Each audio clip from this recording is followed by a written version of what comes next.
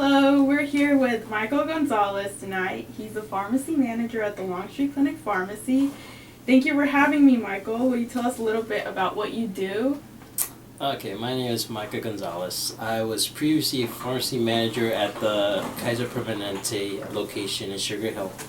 I recently became the pharmacy manager here at Longstreet Clinic.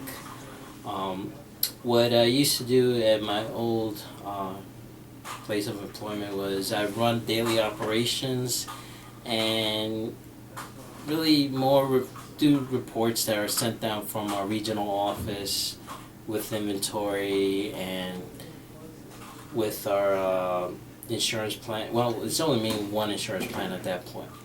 But now moving from there to Longstreet Pharmacy, I have no back-end people like at our main region office. So it's really just me running all daily operations, financial and daily operations with our COO of the clinic. All right. Well, congratulations on your promotion here to Thank Longstreet Clinic Pharmacy. All right. In our operations management class, we talk about 5 specific strategies for gaining competitive advantage. I know that this pharmacy has a lot of competitors around here in Gainesville, like CVS, Walgreens, pharmacies like that. And we just want to talk about, first of all, how do you compete on low cost? So what we do to benefit both parties, both the patient and ourselves, is that we would look within our wholesaler, purchase the more economical and generic price or brand that will benefit us, and then when we dispense it to the patient, we would then increase our margin, our profit margin, in which it'll come at a little bit higher cost to the patient, but then comparing it to like Walgreens, CVS, our price is still much better than their cost. All right, and now to talk a little bit about quality, would you say that you have a very high quality management lookout here than other competitors such as CVS and Walgreens? Comparing with them, the generics that are out there from different companies, they're all basically the same. It's just the cost for the company, how much they purchase it. But in quality of the medication, it's all compatible. But what we also do is to make it more affordable for the patient is we would look at the price and see what we could do and make it more affordable for them. All right, and just to talk about a little bit of your the inventory you have here at the pharmacy with flexibility. I know you said something about their insurance plans and how you guys can customize it to what their insurance plan asks for. How do you do that? So basically what we do is they call it a star rating, which is basically used a lot from the insurance companies, that they prefer certain generics or brands, and if we as a pharmacy use the ones that they prefer, our reimbursement from when we send in what our cost is to them, it's much higher, and it's for the patient, it's at a better cost convenience for them, and it also benefits the insurance plan that they have. And also, do you know if you guys have a specific amount of volume that you target to keep here in the pharmacy of the inventory, or do you send most of it back? What we do is we keep an eye on our inventory by rotating it monthly from the new, basically the reorder products that we have. We put it in the back and push forward what's already there. And then what we also do is we would then check every 3 months, pull our expired medications, because we get a better return rate from our wholesaler when we return it within that 3-month period. So overall, we don't lose money. We still keep that money flowing back into the pharmacy with whatever expires. All right, that sounds good. All right, now let's talk about broad product line and how you use it to compete against, again, CVS and Walgreens.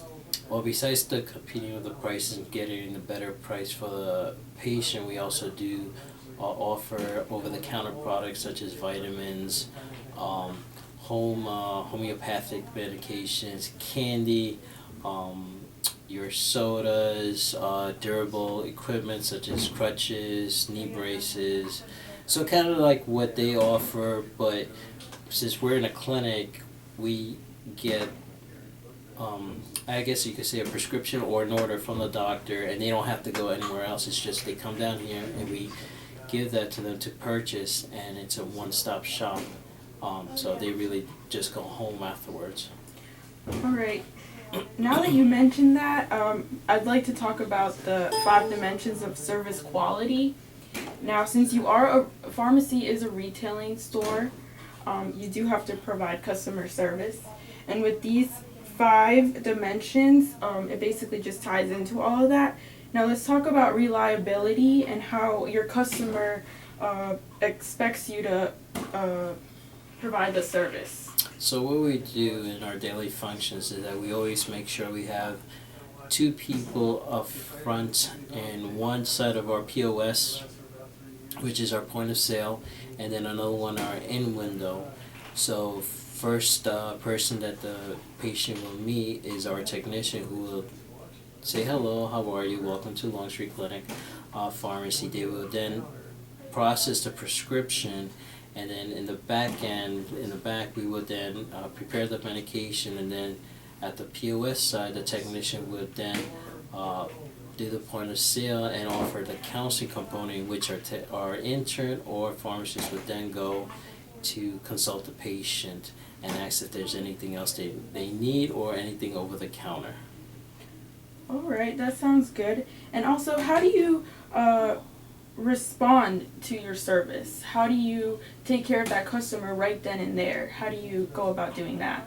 Well, we always, like I said, we have one person right up front at the register or at the in window, and a pharmacist is always available to come over and either to answer any questions by the patient, or to just even sometimes what I do if they need help, like they're in a wheelchair, or they have many prescriptions, we walk with them outside to their car and help them with anything that they need. And also, I know this pharmacy is known for having their prescriptions ready in 10 minutes or less.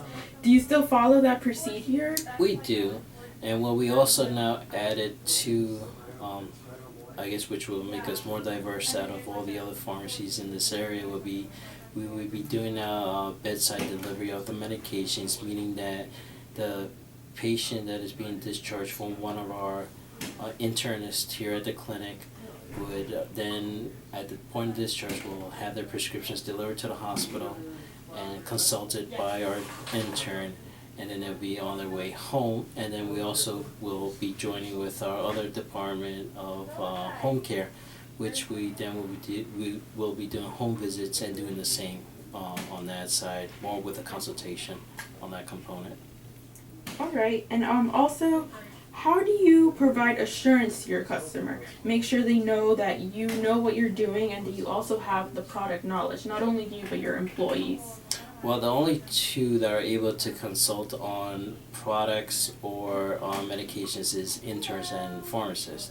So we have online services like Lexicomp or UpToDate, which keeps us informed. If we don't know the full answer, we look that up, and then we would then follow with the patient on what we found on our findings on their question. All right, and how do you take care of your customers? Say they're having a problem. How would you go into solving their problems? Well, what we do is we go step by step, kind of like what they do on the clinical side. Ask the questions, what originated, what time.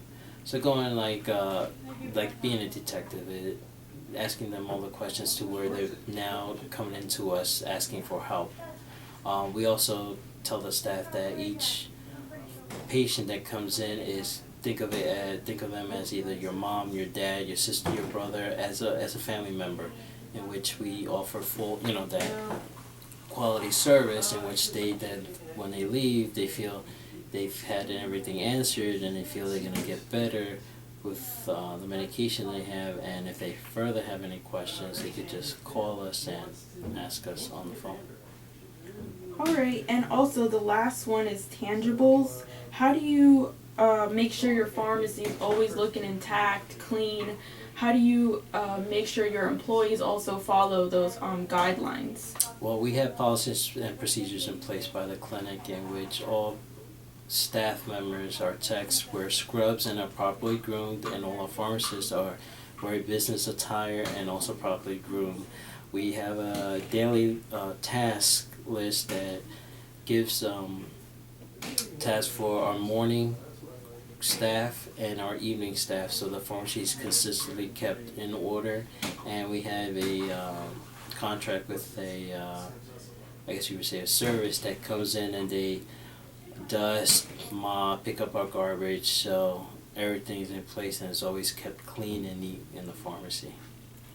And I know you always dealing with the over the counter and food out there. I know you always have to keep it in stock and everything. How do you go about doing that?